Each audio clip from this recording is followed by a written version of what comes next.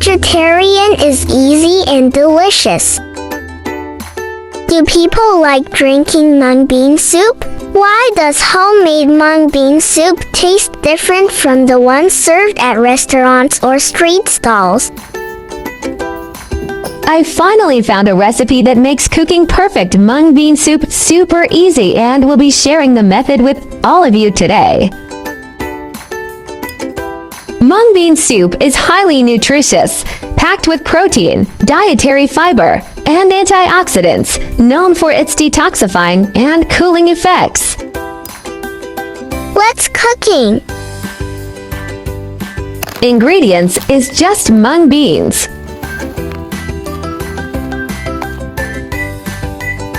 Recommended portion for 2 servings. Use 80 to 100 grams dried mung beans, about 1/2 cup.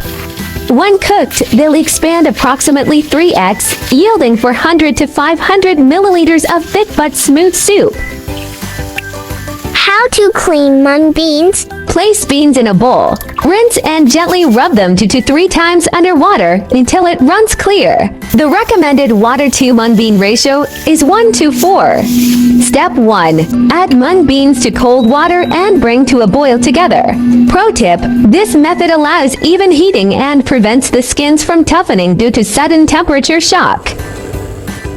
The beans are bubbling vigorously.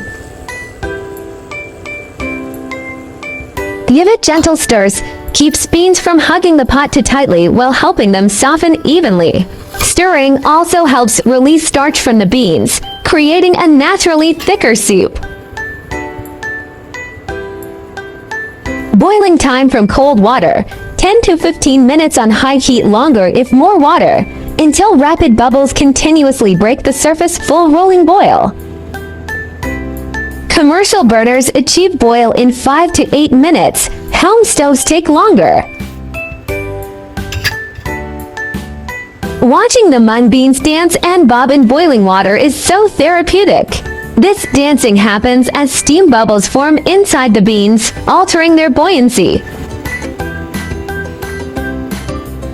When a full rolling boil is achieved, kill the heat, lid on, and allow residual cooking for half an hour.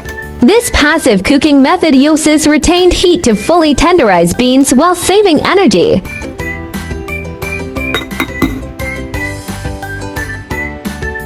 Simmer on medium-low for 30 minutes until achieving a full rolling boil. Then kill the heat and allow residual cooking, lid on for 30 additional minutes. Thoroughly softens the bean core. Residual heat penetrates evenly, avoiding mushy exteriors with hard centers from prolonged boiling. Now that the mung beans have softened, you can turn the heat back on and add sugar to taste. Such an easy technique, and the soup stays at just the right level without reducing too much. For every 100 grams of mung beans, add 30 to 40 grams sugar rock, granulated. Reduce to 20 grams for lighter taste, or increase to 50 grams for dessert-style sweetness. Adding sugar 5 minutes before turning off heat to prevent acidity. I have pre-cooked sago. Let's add in some.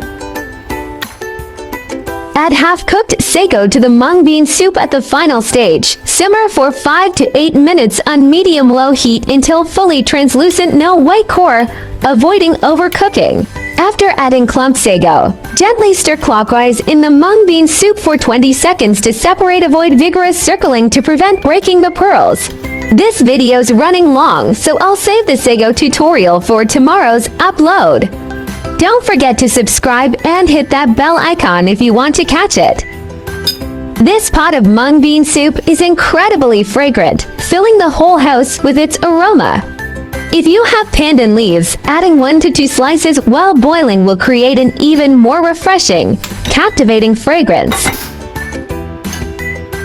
After turning off the heat, add to fresh pandan leaves washed and knotted. Steep covered for 3 minutes to infuse fragrance without bitterness from overcooking.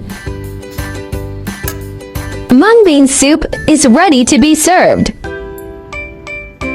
This mung bean soup boasts a velvety smooth texture with fresh bean aroma and natural sweetness, even more refreshing when chilled. The thick version is silkily dense while the light one has clear broth with tender beans.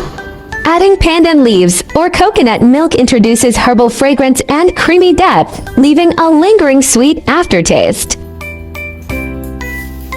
The addition of sago pearls elevates the texture with playful contrast to pearls against creamy bean paste, while the translucent pearls absorb the bean's fragrance and stay tenderly bouncy even when chilled.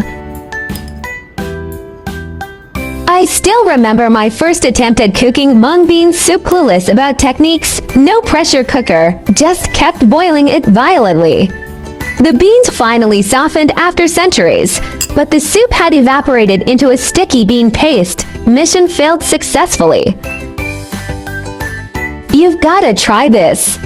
The method works like a charm, seriously. It's video worthy. Just follow the single quotes to dash boil dash to dash steep rule, and huge thanks to the brilliant mind behind this game-changing hack. Mung bean soup is suitable for seniors in moderation 2 to 3 times weekly. Its high potassium and fiber aid digestion and reduce summer swelling, though those with cold constitution or taking herbs should consult a TCM doctor. There are 4,000 of delicious recipes on my YouTube. Check it out for more delicious recipes, yeah! I will upload bilingual video recipes every day.